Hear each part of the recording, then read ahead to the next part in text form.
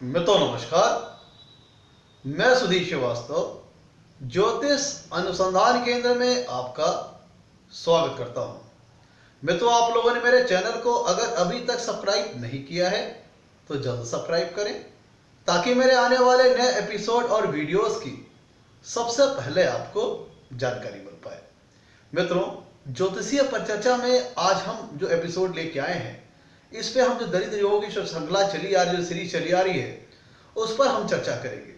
मित्रों, जिस प्रकार कुंडली में कई सारे शुभ योग मौजूद होते हैं, राजयोग मौजूद होते हैं, जो कि व्यक्ति को जीवन में शुभता प्रदान करते हैं, सुख प्रदान करते हैं, आनंद प्रदान करते हैं, उसी तरह दूसरे हाथ कुंडली में बहुत सारे अशुभ योग होते हैं और दरिद्र योग होते हैं, जो कि व्यक्ति के जीवन में कठिनाइयां लाते हैं, दिक्कत लाते हैं, परेशानियां लाते हैं, कमी लाते हैं, अभाव लाते हैं।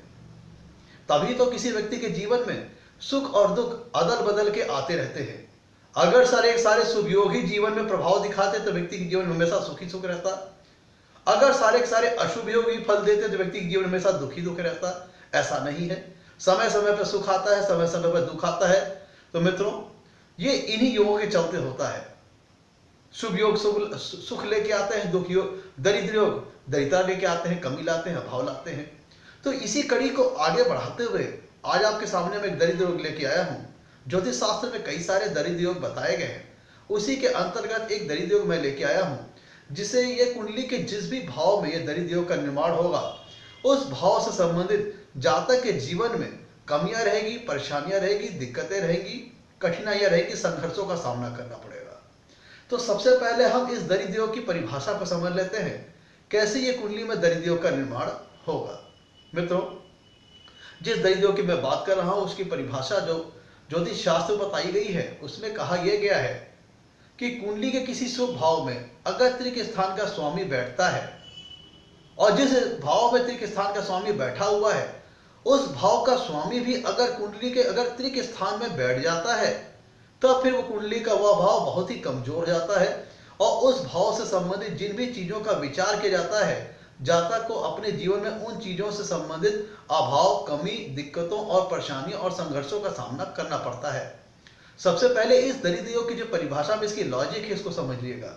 लॉजिक ये है कि कुंडली के किसी शुभ भाव में अगर त्रिक स्थान का स्वामी विराजमान है, और उसी भाव का स्वामी भी अगर कुंडली के किसी त्रिक स्थान में विराजमान है, तो डबल माइनस हो जाएगा और भाव बहुत ही कमजोर हो जाएगा। पहला जो नेगेटिव पॉइंट है उस भाव के लिए कि उस भाव शुभ भाव में कोई त्रिक स्थान का स्वामी विराजमान है। दूसरा माइनस पॉइंट और नेगेटिव पॉइंट यह है कि उस भाव का स्वामी भी त्रिक स्थान में विराजमान है। तो दो तरफ से माइनस हो गया, नेगेटिव पॉइंट हो गया, जिससे चलते हुए कुंडली का वह भाव बहुत ही कमजोर हो गया। एक उदाहरण के माध्यम से मैं आपको समझाता हूं कि जिस दरिद्र की मैं आपको बात बता रहा हूं, वह कुंडली में कैसे निर्मित होगा। आपके सामने मेरा एक सैंपल चार्ट लिया हुआ है मेष लग्न का। मान लीजिए कि कुंडली के दूसरे भाव में, जो कि मैंने बताया आपको, ये दरिद्र योग तब बहुत ज्यादा प्रभावी हो जाता है जब किसी कुंडली के बहुत महत्वपूर्ण स्थान में इसका निर्माण होता है।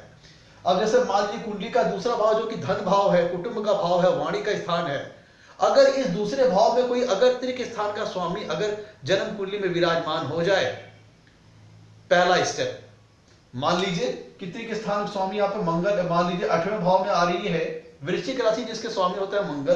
तो मंगल अगर कुंडली के दूसरे भाव में अगर विराजमान हो जाते हैं, और दूसरे भाव का जो राशि आ रही है वो वृषभ राशि, जिसके स्वामी होता है शुक्र। तो जैसे कि मैंने आपको परिभाषा बताई, कुंडली के किसी शुभ भाव में त्रिक स्थान के स्वामी विराजमान हो, और उस भाव का स्वामी जिसमें त्रिक स्थान के स्वामी बैठे हुए हैं, उस भाव का स्वामी भी त्रिक स्थान में जाके बैठ जाए, तब दरिद्र योग का निर्माण होगा। तो इस प्रस्तुत एग्जाम्पल में देखा जाए तो कुंडली का दूसरे भाव में आ रही वृषभ राशि, जिसके स्वामी होता है शुक्र। तो शुक्र अगर कुंडली के किसी त्रिक भाव में चले जाते हैं, मान लीजिए कि शुक्र कुंडली के 6ठे भाव में आ गए अपनी नीच राशि में, तब दूसरा भाव बहुत कमजोर हो जाएगा और जातक को अपने जीवन में धन से संबंधित, कुटुंब से संबंधित विषयों को लेकर के संघर्ष करना पड़ सकता है। उनकी कमी और उनका अभाव जातक के जीवन में रह सकता है। डबल नेगेटिव पॉइंट होंगे दूसरे भाव के लिए प्रस्तुत एग्जाम्पल में। कैसे?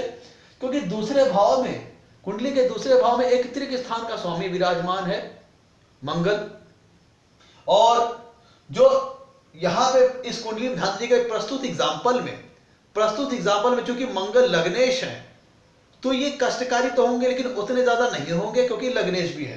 तो यहाँ पे मंगल के बजाय हम और कोई ग्रह ले लेते हैं। मान लीजिए हम बात करते हैं बुध की। यहाँ पे बुध छठे भाव के स्वामी है और बुध यहाँ पे आ जाते हैं दूसरे भाव में, क्योंकि मंगल हमने इस एग्जाम्पल में लिया तो था लेकिन उसको हमने इसलिए हटा दिया क्योंकि मंगल कुंडली के लिए लग्नेश भी है तो उतना कष्टकारी नहीं होंगे। यहाँ पे मान लीजिए हमने रख दिया दूसरे भाव में त्रिक स्थान में, यहाँ पे जो छठे भाव में जो त्रिक स्थान है वो कन्या राशि जिसके स्वामी होते हैं बुध, और बुध कुंडली के दूसरे भाव में विराजमान है और दूसरे भाव में आ रही वृषभ राशि जिसके स्वामी है शुक्र, वह जाके कुंडली के छठे भाव में विराजमान हो जाते हैं। तो दूसरे भाव के लिए 2 माइनस पॉइंट हो गए।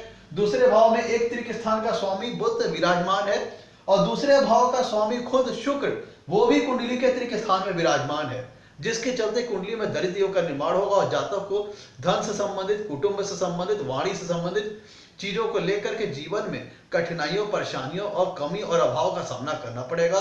जातक की वाणी विवादपूर्ण हो सकती है, कर्कश वाली हो सकती है, जिसको लेकर के जातक को अपने जीवन में लोगों से तनाव व्याप्त हो जाया करे।